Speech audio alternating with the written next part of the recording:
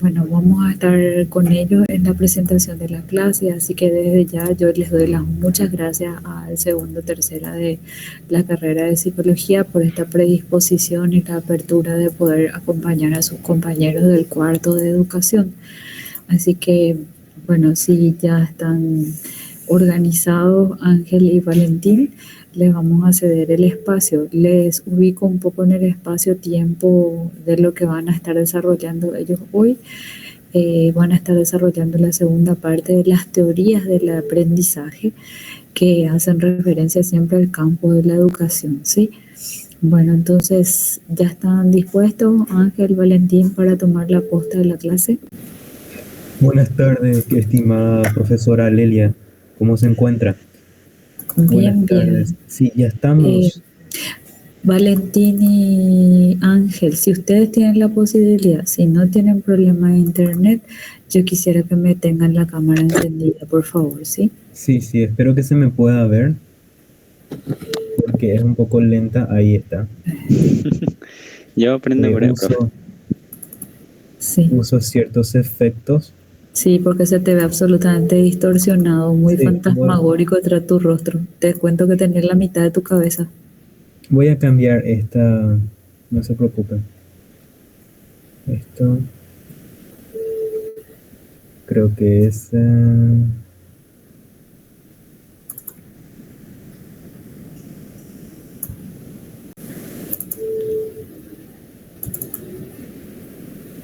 Si de repente escuchan una voz de repente diferente es porque tengo un poco de congestión, así que me disculpan, por favor.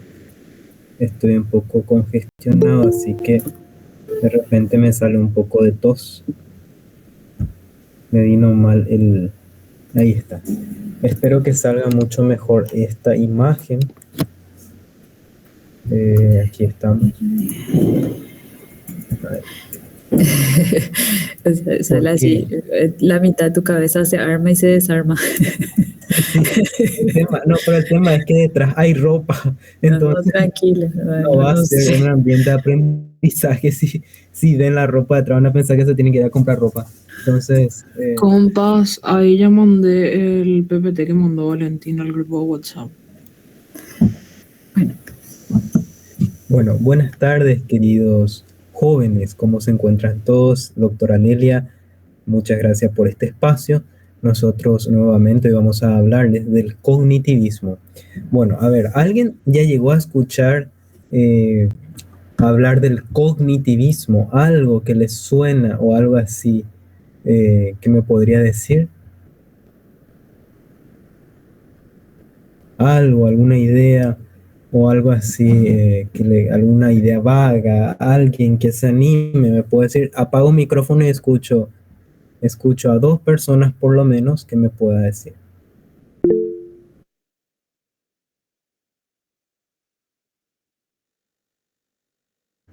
¿Es pregunta o es afirmación?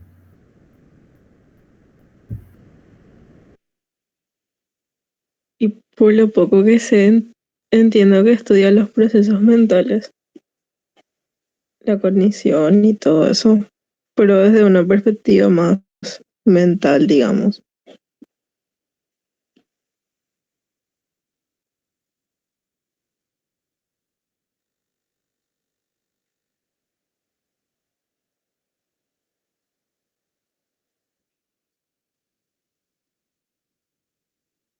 ¿Alguien más que me pueda decir?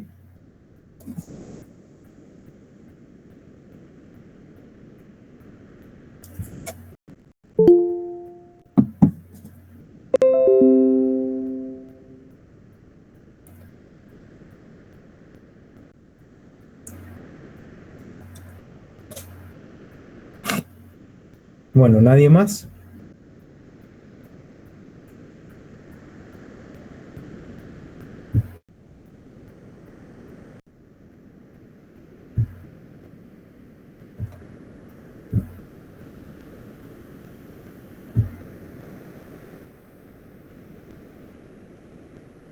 Comencemos. Ángel, si podrías proyectar la diapositiva, por favor.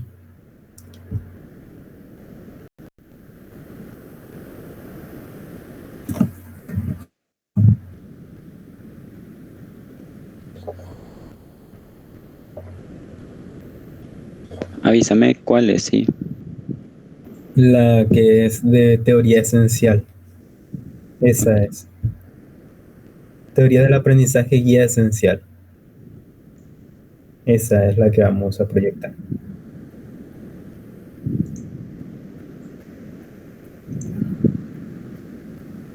Un momento, ya proyecto.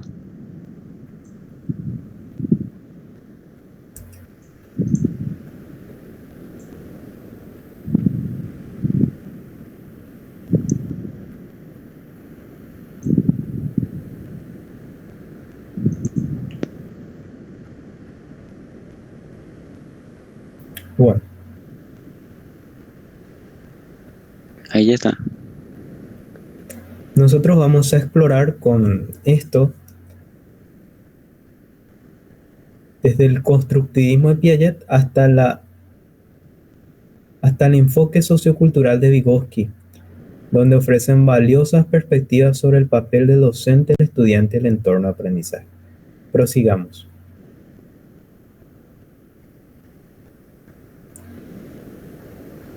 Piaget, ¿verdad? Como ustedes llegaron seguramente a escuchar de él, habla de un aprendizaje activo. Él concibe el aprendizaje como un proceso interno de construcción, donde el individuo participa, el individuo es el que hace su aprendizaje. Ustedes, por ejemplo, cuando tienen una clase de presencial, ustedes son los que construyen el conocimiento al hacer trabajos grupales, mapas conceptuales, mapas mentales y demás, ¿no? Entonces, ustedes son los que toman la posta, por así decirlo, en cuanto al aprendizaje, para después adquirir nuevas estructuras cognitivas cada vez más complejas. Es decir, que a partir de una construcción que se da, ustedes adquieren una capacidad constantemente más compleja y entonces van asumiendo o adquiriendo, eh, por así decirlo, mayor conocimiento. El papel del estudiante. El docente debe generar ambientes de aprendizaje que fomenten un alumno activo. Nosotros, ¿verdad?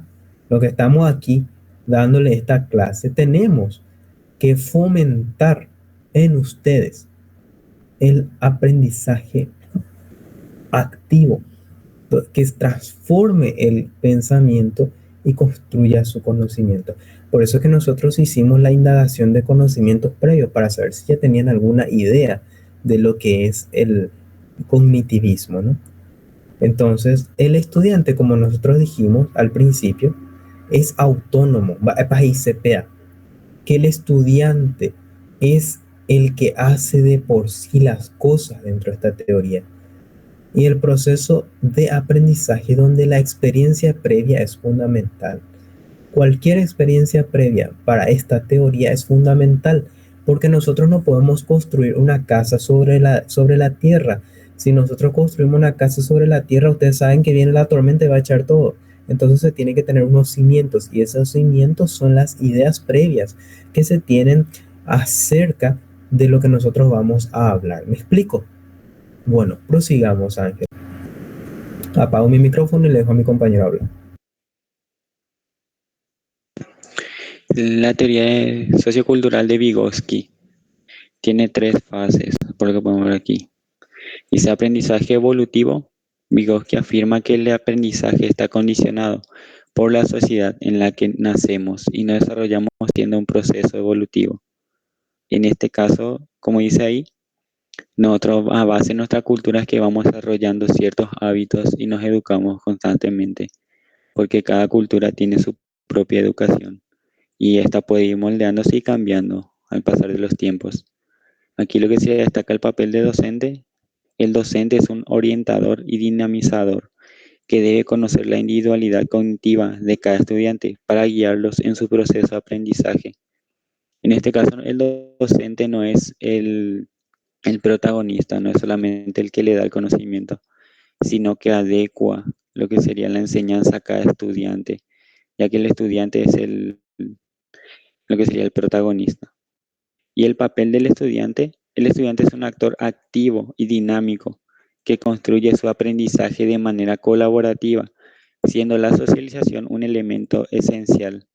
Como dije anteriormente, en este caso el estudiante no es solamente un objeto que recibe la información, sino que es activo, es dinámico, realiza preguntas, hace trabajos grupales y colaborativos, ya que de eso se trata básicamente la teoría de Vygotsky, que el estudiante necesita. El estudiante tiene un conocimiento, pero para pasar a otro necesita la ayuda de otro estudiante o de un profesor que le guía, que pueda lograr ese aprendizaje. ¿Tiene alguna consulta sobre esta parte?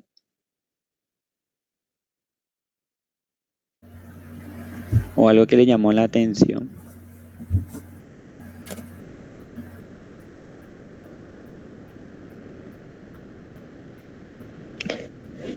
Hola, Sí.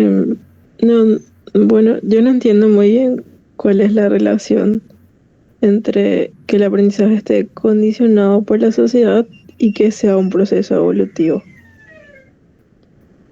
No sé si podrían aclarar eso. No, y que cada sociedad tiene su propio aprendizaje, o sea, cada uno nace con la cultura, y de acuerdo a la cultura de su sociedad es donde va adquiriendo esos hábitos. Es por eso. Además, nosotros cuando somos pequeños vamos aprendiendo lo que vemos. Es por eso. Además, Vygotsky habla de lo que sería un aprendizaje real, lo que sería nosotros tenemos un aprendizaje ya, así por ejemplo, un pequeño, cuando queremos aprender, por ejemplo, matemática, nosotros sabemos algunas cosas, pero en este caso, si queremos aprender alguna división o algo, nos tiene que enseñar otra persona a ayudar a tener ese aprendizaje, ya que nosotros necesitamos ayuda de otra persona para poder aprender más. No sé si aclaré tu consulta o te confundí más. Sí, está bien. Gracias. ¿Alguien? Perdón, yo quisiendo agregar, ¿verdad? O sea, con respecto a lo que dijiste del papel del docente, por ejemplo, ahora, por ejemplo, hay muchos niños, por ejemplo, que tienen autismo y no sé si ahora pasa de que o sea, por el tema de no discriminarlos, tienen que entrar en o sea, en instituciones, o sea, en cualquier institución, ¿verdad? Pero eso pasa o sea, creo que pasa en muchos países y tarde o temprano acá en Paraguay, nosotros como, o sea, por lo menos los que vamos a querer ser maestros, vamos a tener que ver la manera de cómo instruir a esas personas, ¿verdad? O sea, potenciando sus habilidades. Porque si bien, o sea, son personas, tienen, vamos a decirle, otras fortalezas que tal vez no tengan los demás y ciertas debilidades que tal vez no tengan los demás. Y, o sea, no sé si estaría en lo correcto, pero ese papel, por ejemplo. Comprendo. Y en este caso, Bueno. dándose... Sí, disculpa. Habla. Samuel, tu pregunta en particular, ¿cuál sería con respecto a esto? No, sería nomás no es una pregunta, es un aporte nomás, vamos a decirle. O sea, porque no sé si los niños con autismo, o sea, tal vez no sé si hay muchos en Paraguay, pero el tema es que no sé si están en colegios en las que todos pueden entrar o si o sea, pero eso va a pasar tarde o temprano por el tema de no discriminar a los estudiantes.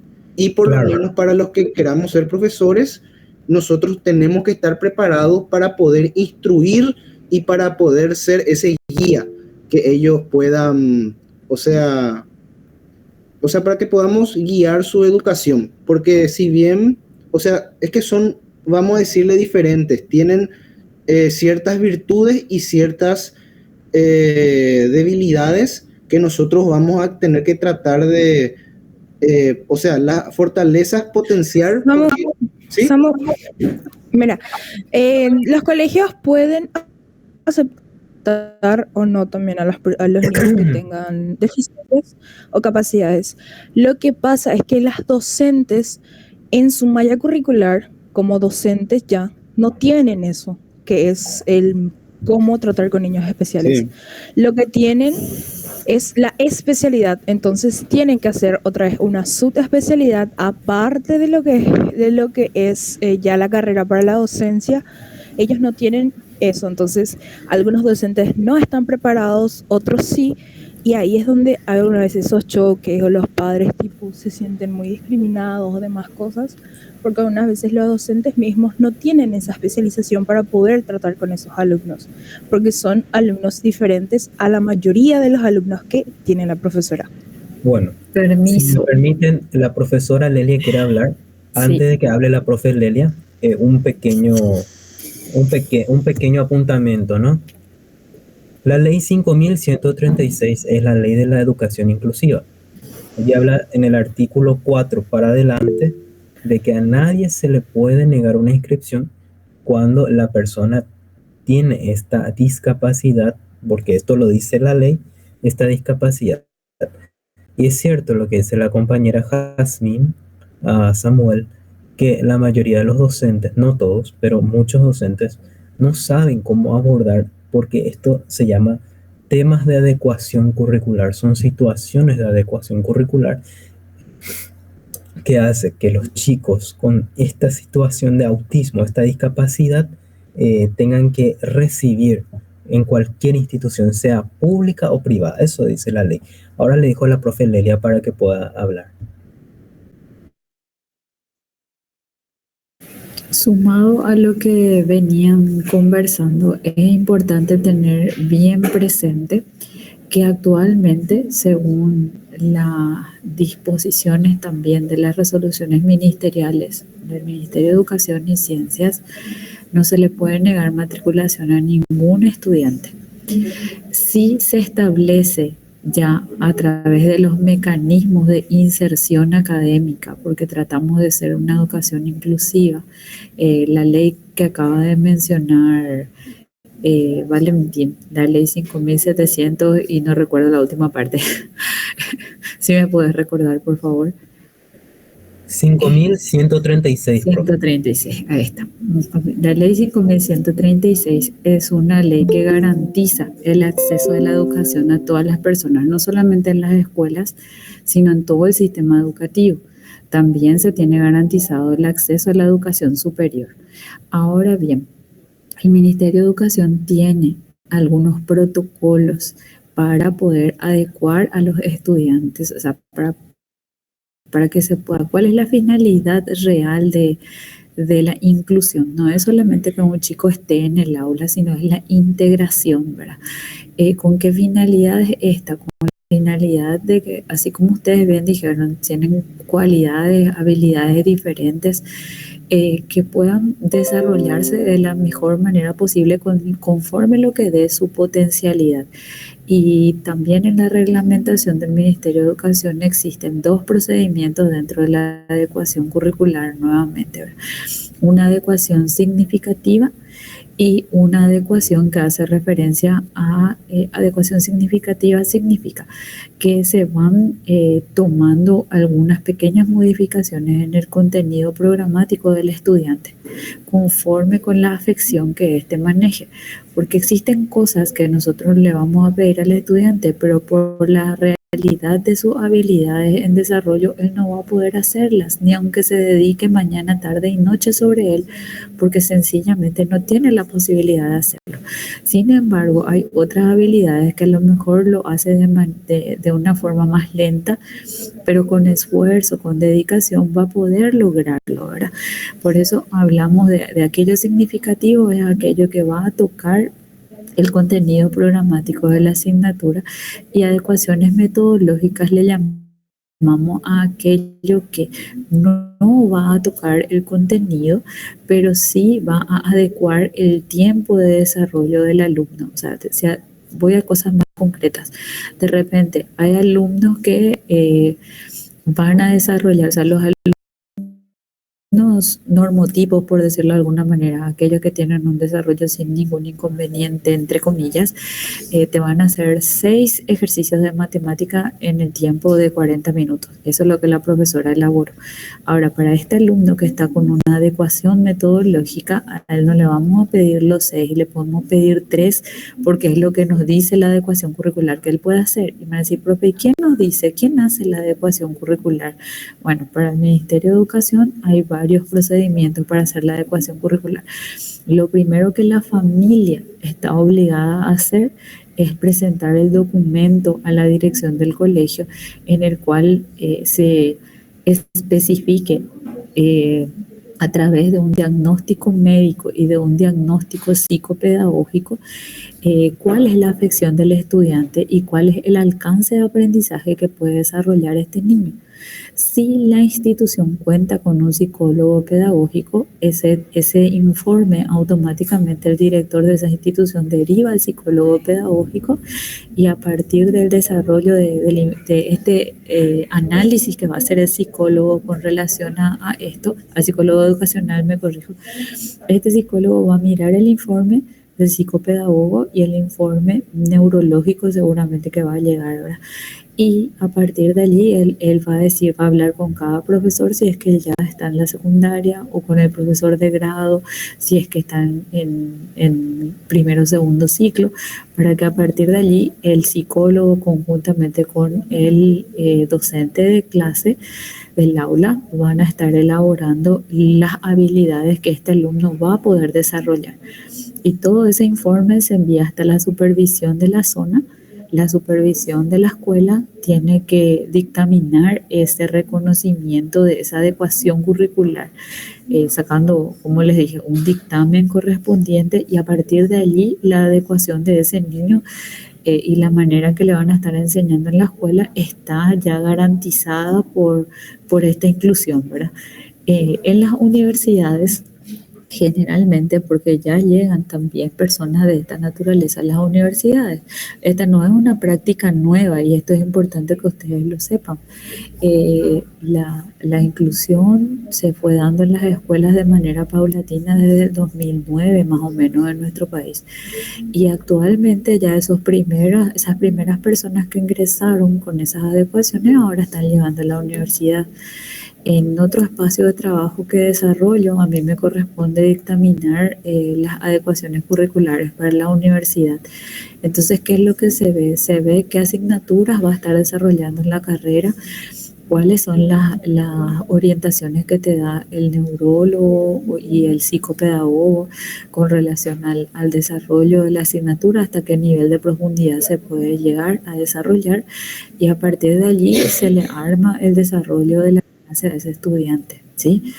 Entonces, no se les puede limitar. Ahora bien, me van a decir ustedes, profe, ¿cómo hacemos con alguien? Yo les digo, tengo experiencia de trabajo con gente que está estudiando fisioterapia y que es invidente, por ejemplo.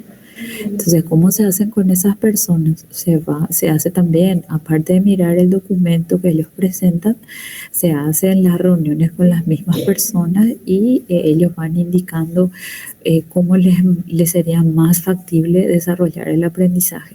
Y con eso, más la documentación que vamos sacando conforme a las recomendaciones, porque este tema de la inclusión en el mundo va teniendo mucha bibliografía y mucha información nueva de experiencias exitosas, entonces uno a partir de allí va construyendo la hoja de ruta. Tengo otro estudiante que también es invidente, que este chico estaba estudiando la carrera de psicología en otra universidad. Entonces, y ya terminó una carrera de marketing en otra universidad. Y por otro lado, también ya tuvo un estudiante de la carrera de periodismo que terminó teniendo autismo, o sea, él tenía un alto grado de autismo y bueno, se le fue haciendo la adecuación curricular y el año pasado terminó en otro espacio que no es la Facultad de Filosofía, ¿verdad? Pero ha terminado y a partir del desarrollo de una adecuación curricular también, ¿verdad? Y se van a preguntar, ¿y cómo, profe, verdad?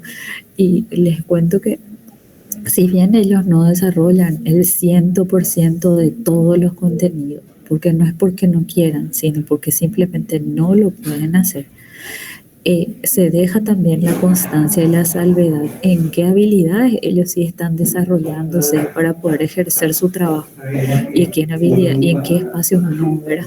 Entonces no se le mira desde lo negativo, como decía Samuel, sino se le mira desde lo positivo, de qué es lo que esta persona puede hacer y dónde se puede potenciar, ¿verdad? Entonces, aquello que no va a poder hacer, vos no le podés pedir porque ni aunque quiera no lo va a hacer, ni aunque se dedique hoy y 1000 años no lo va a poder hacer. Entonces, se hace la especificación en estos dictámenes de adecuación curricular hasta dónde van a poder desarrollar sus habilidades o sus potencialidades estos estudiantes. Y a partir de allí también se trabaja con los profesores, porque como bien decía Jazmín, muchos profesores no tuvieron en su formación la posibilidad de poder desarrollar conocimientos sobre estos temas que ahora son actuales, que son emergentes, ¿verdad? Porque cada discapacidad es distinta a la otra, ¿verdad? O sea, cada persona tiene una habilidad mayor en una cosa o en otra. Entonces los dictámenes son también únicos. O sea, yo no puedo sacar un dictamen que le voy a dar a todos los autistas porque sus afecciones son graduales. Entonces, es tener presente esos detalles y la universidad, de hecho que este es uno de los criterios de calidad que tiene que reunir toda educación superior y que se mide a través de ANEA, es para poder darle o no la certificación de calidad a la institución educativa, ¿verdad? Entonces, tienen que saber que una escuela no puede decir yo no le quiero a este alumno, una universidad no puede decir yo no estoy preparada para recibirle a este alumno, sino lo que hay que hacer es adecuar los espacios, adecuar los tiempos. ¿Y cómo hacemos con los docentes que no estuvieron preparados? Están los cursos de actualización, los cursos de capacitación que tanto las universidades como las escuelas están obligadas a ofrecer a las personas, a los docentes, para poder adecuar su enseñanza y su formación a estos estudiantes. Bueno, era eso un poco lo que quería comentarles. Perdón, bueno, o sea, y quiero pedir nomás perdón, tal vez no expresé bien mis ideas y es un tema muy vidrioso. Entonces, eso nomás. No te preocupes, Samuel. O sea, vos no expresaste mal tus ideas, sino es también poner en la mesa de trabajo el conocimiento, ¿verdad? O sea, para que podamos entender todos que estamos llamados a la inclusión, o sea, a la no discriminación, ¿verdad?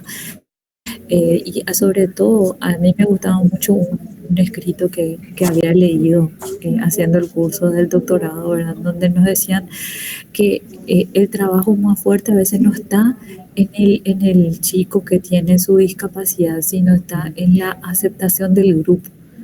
Que se sienta, que el grupo sienta que ese compañero un compañero más, o sea, que tenga sus dificultades, tenga sus diferencias, es un compañero más, que no tenemos por qué. Él decía, no es que el chico se tiene que adecuar a la escuela, sino es que la escuela se tiene que adecuar a él, porque es la escuela la que tiene que recibirle con los brazos abiertos, ¿verdad? Porque la persona que tenga la discapacidad va a estar luchando de por sí con una serie de barreras, ¿verdad? Un montón de barreras de distintas clases. Y sin embargo, la escuela lo que tiene que tratar de es eliminar esas barreras, ¿verdad? Entonces, no hay por qué pedir disculpas ni mucho menos. Y es un tema tabú, sí coincido, porque hay gente que no quiere hablar del punto. Sí. En el colegio de mi hermano, por ejemplo, digamos que es inclusivo, ya que no está como inclusivo como tal, pero se conoce por eso. Mi hermano, por ejemplo, tiene 2 compañeros que son autistas y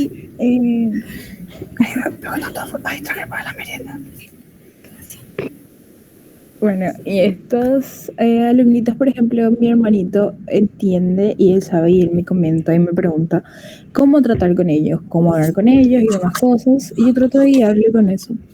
Entonces él agarra y me dice, la profe dice que le tratemos así y así. O cuando él está haciendo esto, que le ignoremos que él es parte de eso, de lo que él tiene, me comenta.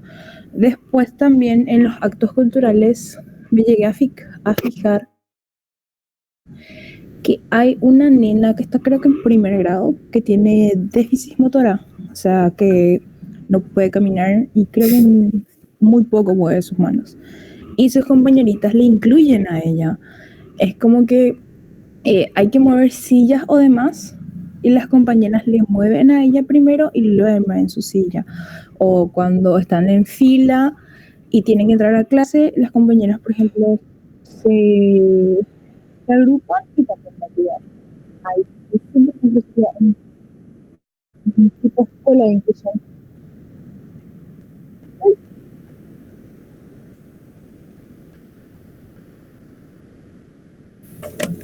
Sí, Jazmín, o sea que a eso estamos llamados todos, ¿verdad? O sea, todas las escuelas del país ya tienen, o sea, sin que diga escuela inclusiva de tal cosa, ya tienen que ejercer la inclusión.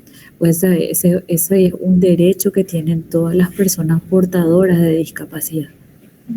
Bueno, les dejo para que sigan con su clase. Bueno, prosigamos, Ángel.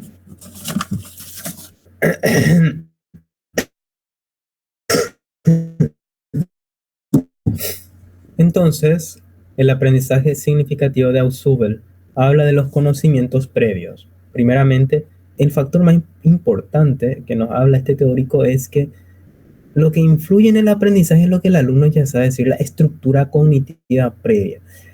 Voy a ponerle un ejemplo muy sencillo, ¿no? Cuando el profesor va a desarrollar un ejercicio matemático con ustedes en la cátedra de matemática, no creo que tuvieron el año pasado, ¿qué es lo primero que hace? Tiene que construir a partir de aquello que ustedes ya saben. Es decir, que si ustedes vienen vacíos, no saben absolutamente sumar y restar nada, evidentemente, o si no saben hacer una ecuación, o si no saben hacer teoría del conjunto, que creo que está dentro del contenido programático, no, si no saben ni siquiera distribuir eso, por lo menos, por lo mínimo, entonces va a ser imposible comenzar a construir el aprendizaje si no hay conocimientos previos. Luego, un relacionamiento con nuevos conceptos. El aprendizaje del alumno depende de cómo la nueva información se relaciona y se integra con los conceptos e ideas que ya posee. Es decir que vos conoces algo, pero relacionás con algo que ya conoces. Por ejemplo, cuando nosotros hablamos del término lápiz, nosotros directamente relacionamos con algo que puede ser de diferentes colores, pero que sirve para escribir. Entonces voy a tener, por más que no sepas qué tipo de lápiz es, ya tenés el concepto lápiz en la cabeza, ¿no? Bueno, luego las herramientas metacognitivas. Ausubel propone el uso de herramientas metacognitivas que permitan al alumno revisar, modificar y reconstruir sus propios conocimientos. Para la metacognición guaraní, y cuando ella para aprender, y cuando hay que tú ya puedes nuevamente podés hacer algo a partir de aquello que ya tenés como conocimiento. ¿Me explico? Es decir que si vos aprendiste algo, tenés que saber cómo aprendiste y después revisar aquello que aprendiste. Por ejemplo, la teoría sociocognitiva de Ausubel. Vos revisás cómo aprendiste sobre esto, luego modificás si tuviste algún conocimiento sobre Ausubel y reconstruís aquellos conocimientos a partir de las bases que ya tenés. Por ejemplo, a partir de la base de de conductismo. Vos empezás nuevamente a saber que hay otra teoría que tiene otra perspectiva de la cual se está utilizando. Prosigamos, Ángel.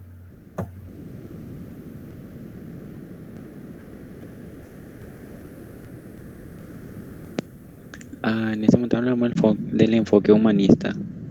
Primero sería aceptación incondicional.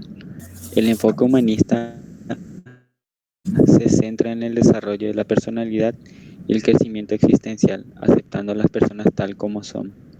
El segundo sería empatía y sensibilidad. El docente debe intentar comprender al alumno, mostrándose auténtico y empático para entender sus necesidades y motivaciones. El tercero, aprendizaje activo. El estudiante es visto como un ser social que debe construir activamente su propio aprendizaje. Básicamente en estos conceptos explica muy bien lo que desea. Vamos a seguir. Antes quiero decir que el enfoque humanista es de Rogers, para que no nos olvidemos, el representante del enfoque humanista es Rogers. Y sería bueno que le den un enfoque desde la perspectiva de la enseñanza-aprendizaje, por favor, Ángel. Sí.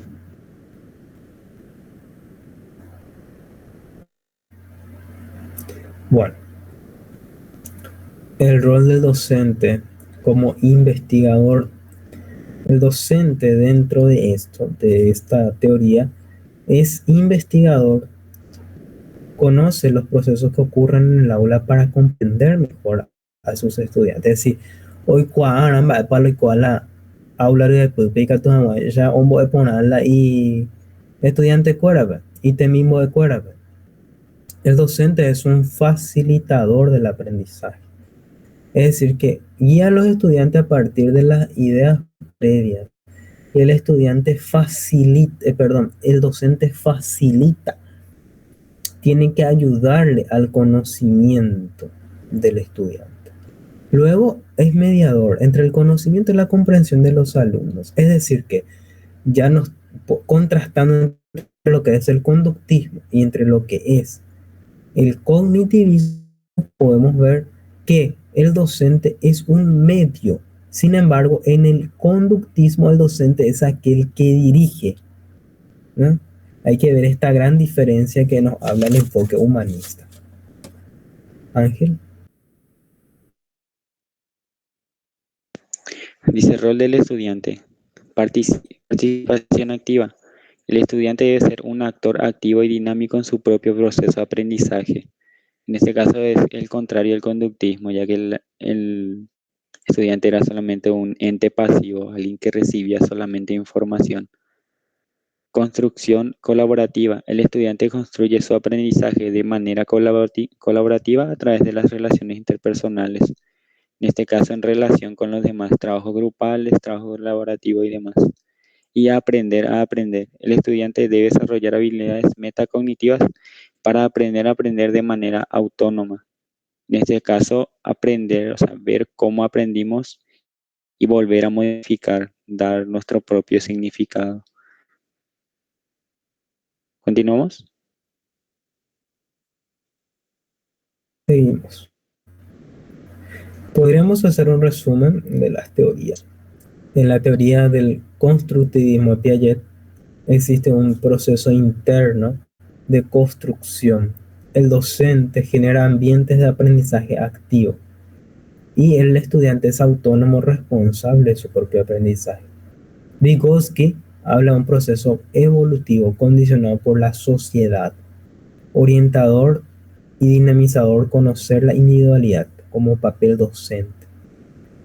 Y el aprendizaje del estudiante es colaborativo. En Ausubel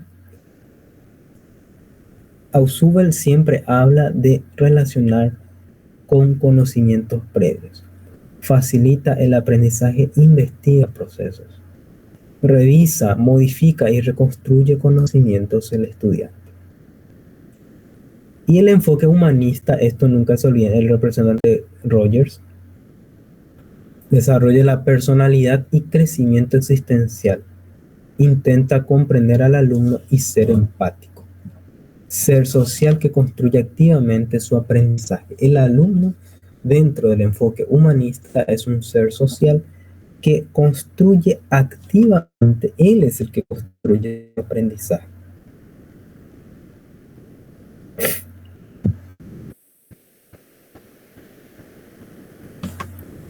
Está ahí. Ahora vamos a teorías del aprendizaje. A ver, Ángel. La otra diapositiva. La otra. Sí. La que...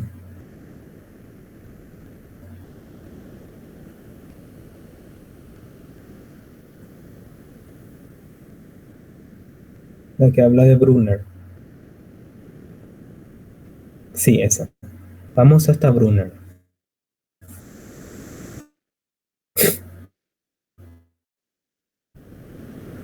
Brunner. Hasta Brunner vamos, compañero.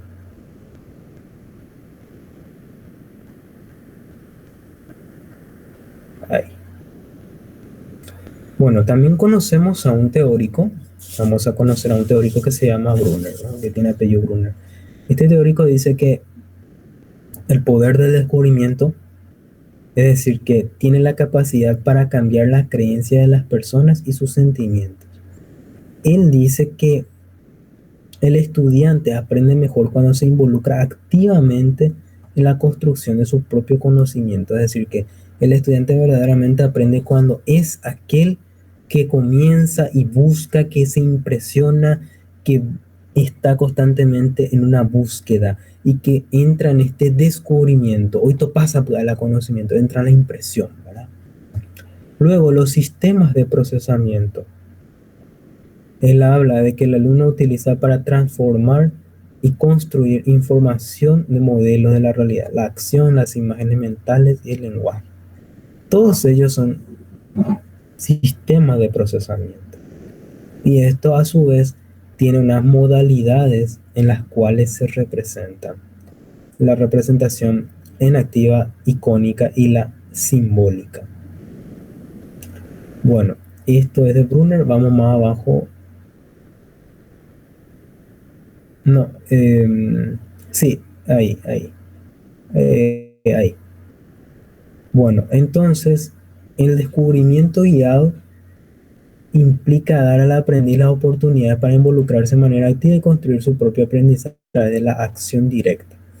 Por ejemplo, un trabajo colaborativo, un mapa conceptual, que ustedes mismos investiguen sobre esto, que ustedes hagan un informe de lo que están elaborando ahora, lo que estamos hablando ahora en clase, y diversas formas en las cuales ustedes mismos serán los partícipes de su aprendizaje. Entonces, lo que busca es aprender a aprender y que los estudiantes construyan por sí mismos su aprendizaje. Entonces, cada persona organiza y construye desde su propio punto de vista. Y aquí es que los estudiantes tienen que percatarse de la estructura del contenido y la relación entre sus elementos, facilitando la retención del conocimiento. El mismo estudiante se tiene que dar cuenta de cómo es la estructura de los contenidos, de cómo son las relaciones entre sus elementos, y se facilita la retención a través de eso del conocimiento. Bueno, Ángel, si quieres decir algo más. Estos son todos nuestros teóricos, chicos. Desde mi parte, nada, sinceramente.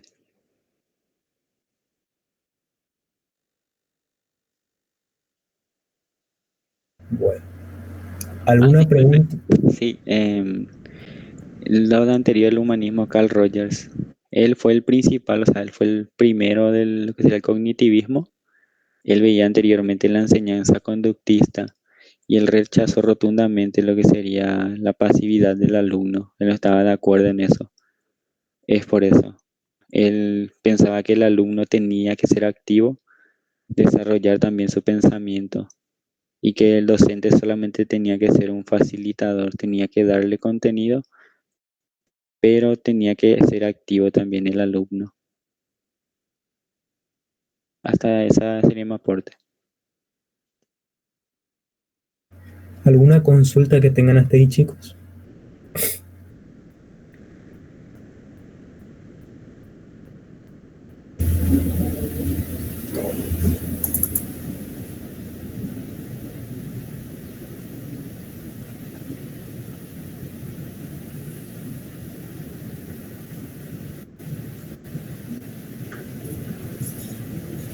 Profe, ¿vos querés hablar? Sí.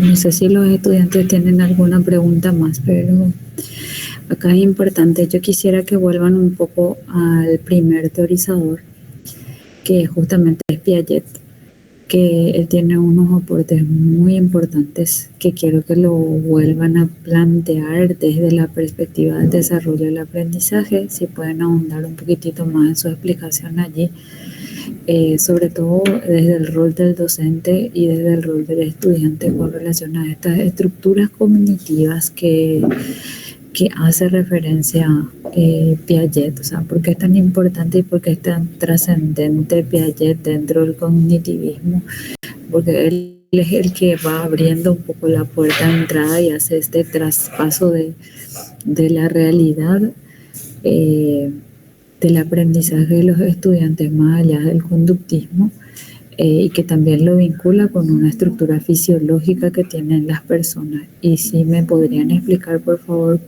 cómo se desarrolla en la mente de las personas este proceso de construcción de nuevos aprendizajes que establece Piaget. Eso es lo que les voy a pedir, por favor, si pueden hacerlo. Gracias.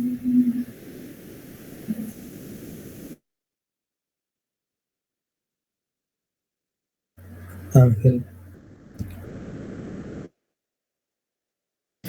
La primera diapositiva que presentaban estaba Piaget y se pueden hablar de su concepto con mayor profundidad. Les doy diciendo qué cosas nos faltaron explicar ahí: la asimilación, la adaptación, la acomodación. Sobre esos puntos hay que referirse a los estudiantes, pues a lo mejor por los nervios se les pasó un poquitito, pero eso necesitamos reforzar.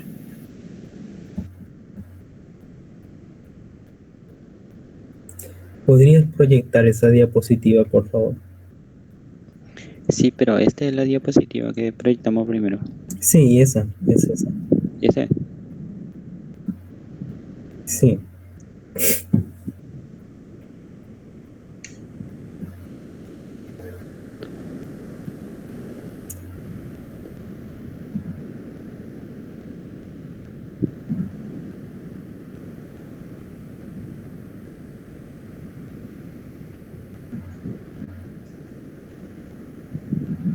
Si podrías compartir, por favor, otra vez la diapositiva. Ah, disculpen, no compartí pantalla ahora. Yo pensé que estaba activado todavía.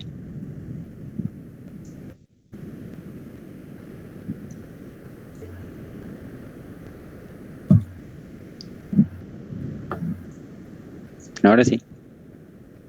Bueno, Piaget habla propiamente de una reorganización de las estructuras en cada momento. Es decir, que hay un cambio, un salto cualitativo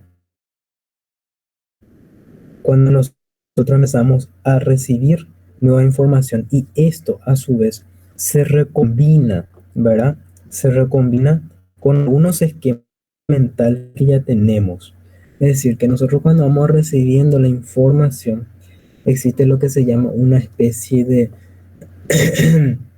desestabilización.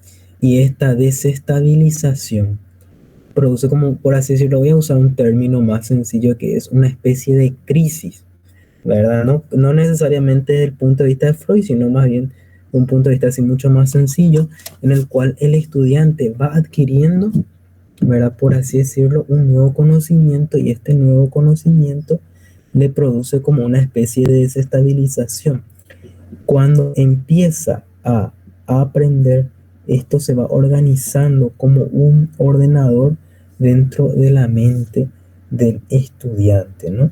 Entonces, se organiza de manera diferente, de acuerdo también a la edad, o de acuerdo ¿cómo se dice? A la edad o a la etapa en que la persona se encuentra, ¿no?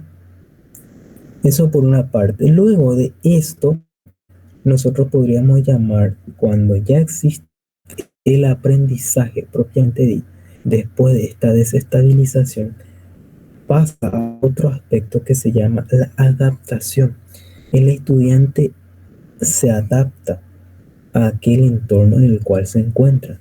Entonces, a partir de aquella transformación de la estructura del pensamiento, existe un aprendizaje de adaptación. La persona empieza a adaptar todo ese conocimiento que a la vez recibe a su entorno. Bueno, Ángel, Entonces, se empieza a asimilar propiamente, se empieza a asimilar, recapitulando lo que estamos diciendo, la persona recibe esto, organiza por medio de los estímulos, la idea, los objetos externos, va organizando a partir de lo que conoce y luego se acomoda esto, es decir, que hay una modificación, entonces va como que organizando en una especie de, yo diría, cajitas, ¿no? Cajitas que tiene la persona en su cabeza y va colocando cada cosa en su lugar. Entonces estos estímulos producen una especie de una acomodación. Y luego, ¿verdad? A partir de eso, a partir de esa acomodación, pasa lo que nosotros llamamos una reestructuración. Y esta reestructuración es aquella equilibración que tiene el estudiante para que pueda regular y pueda comprender aquello que está pasando. Entonces, el primer paso, ¿cuál es que dijimos? El primer paso es la asimilación. Es decir, que ante un estímulo, recibe el estímulo, entra en una especie de crisis con aquellos conocimientos que ya tiene, a su vez empieza a acomodar, porque hay una reorganización compuesta y esto a su vez tiene que responder a las exigencias del medio y después hay una adaptación que produce un equilibrio entre aquello que conocía y lo que conoce. Bueno, Ángel, ¿algo más que quieras decir? Entonces, a esto es lo que quería llegar, al conflicto cognitivo, es decir, que el, el estudiante llega a un conflicto cognitivo cuando recibe una nueva información. Busca asimilarlo. Escuchen bien esto. Busca asimilarlo. Lo acomoda y a su vez lo adapta. No sé si me entendieron todo o les di más confusión.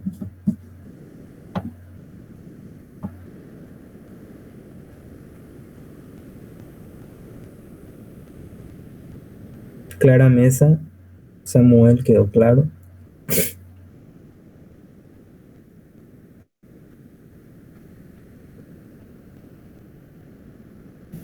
Bueno, sí podemos hacer un redondeo para ir cerrando la clase en donde mencionen si puedes dejar de compartir, Ángel, por favor, mencionan a cada teorizador y cuál es su idea fuerza con relación a lo que estuvieron estudiando o le consultan a los estudiantes para que podamos ver en qué medida ellos le pudieron seguir también a ustedes.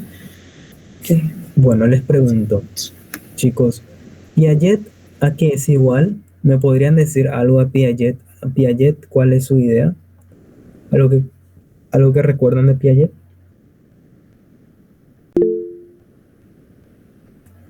Que nosotros construimos nuestro aprendizaje por ser un proceso interno. Uh-huh. Bueno, sí. Los tres procesos. Asimilación, acomodación y luego reestructuración o adaptación. Después, Vygotsky, ¿cuál es la idea fundamental?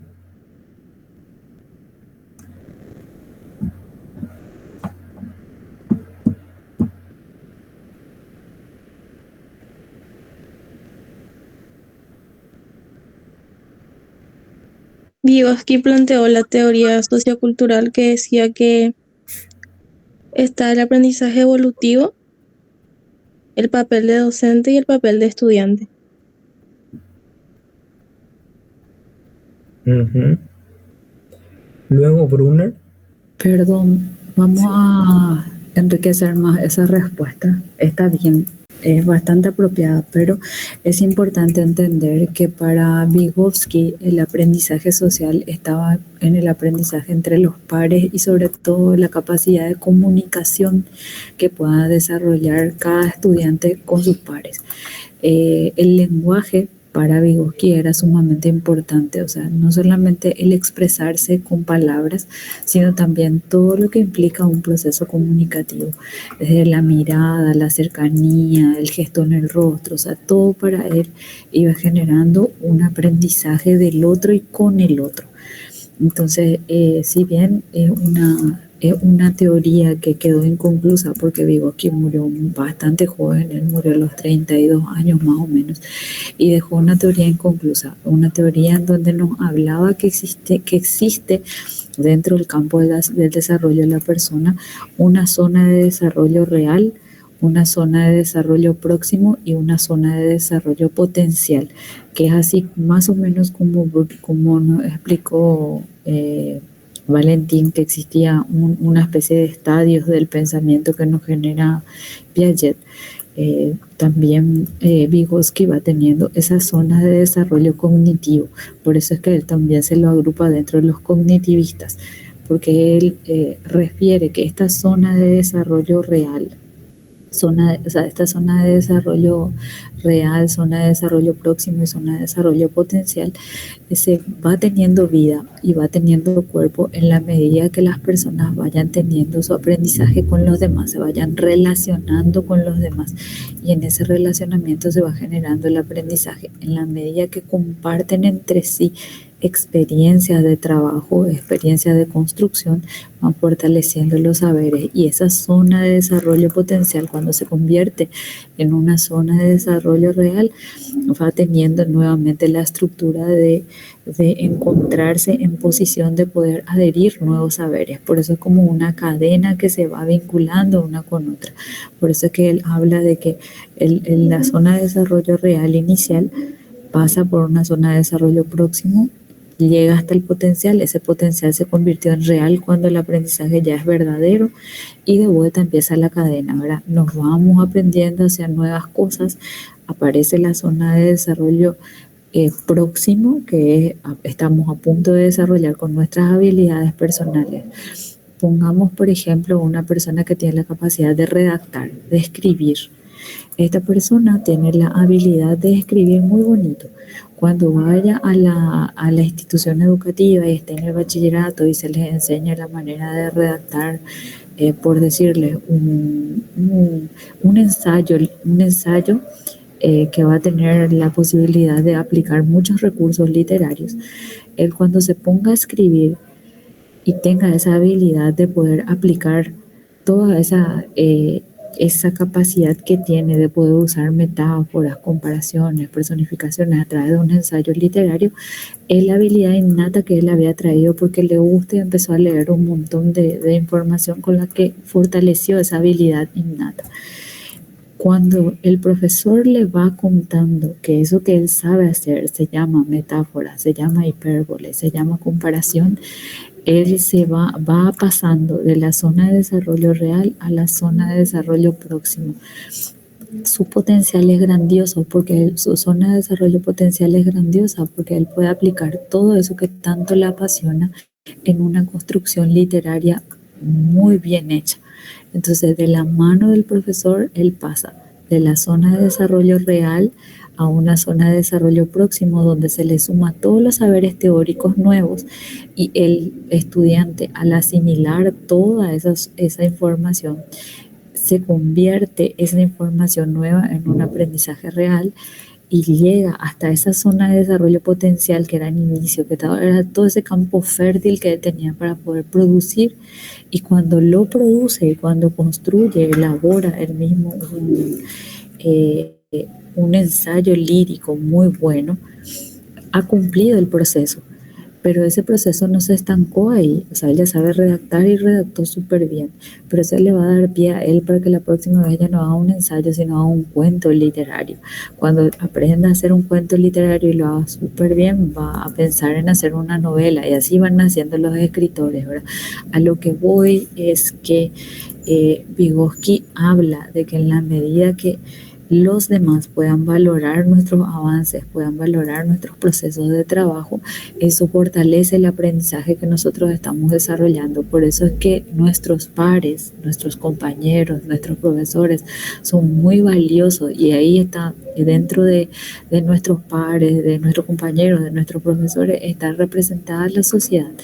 Por eso es que Vygotsky habla de que el aprendizaje es un aprendizaje social, de que el aprendizaje es un aprendizaje evolutivo, porque va creciendo en profundidad en la medida que nosotros también vayamos creciendo en edad y en experiencia en cada una de las cosas que vamos haciendo, ¿sí?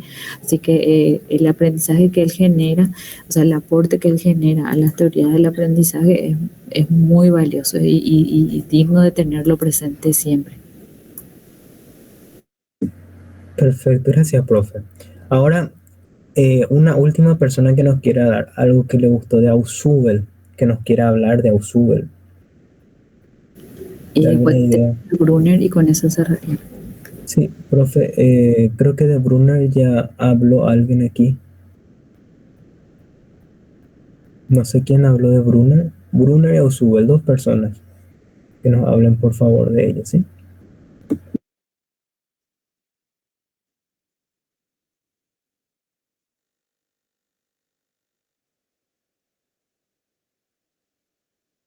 Lo que yo entendí sobre el aprendizaje significativo de Ausubel es que dice que tenemos conocimientos previos que vamos adquiriendo con la experiencia, y de acuerdo con esos conocimientos que ya tenemos vamos relacionando con nuevos conceptos, como vos mismo dijiste, Valentín, que por ejemplo, no sé, yo vi por primera vez, vamos a decirle, un lápiz, y bueno, en mi segunda vez yo vuelvo a ver, supongámosles, no sé, en que una compañera tenga un lápiz también, pero de otro distinto, o sea, que tenga otro tipo de color. Entonces yo ya como que voy relacionando y ya voy captando lo que eso es. Entonces digo yo, eso es un lápiz nada más que tiene otro color, pero yo ya sé qué es. Y luego estaría el último, que son las herramientas metacognitivas, o sea, reconstruir a base de conocimientos que nosotros vamos adquiriendo. O sea, por ejemplo, yo fui adquiriendo ahora con ustedes el tema del cognitivismo, y a partir de lo que yo ya sé, entonces voy diciendo que hay nuevas, o sea, hay más teorías en la cual yo sé que me pueden ayudar en mi proceso de aprendizaje, y en la cual eso puedo utilizarlo yo como una herramienta para poder desarrollarme mejor. Y eso.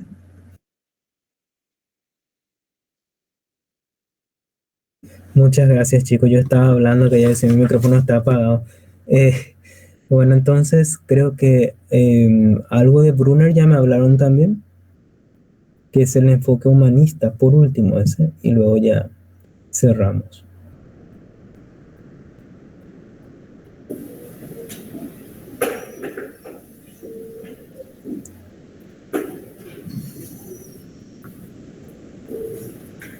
¿Nadie más?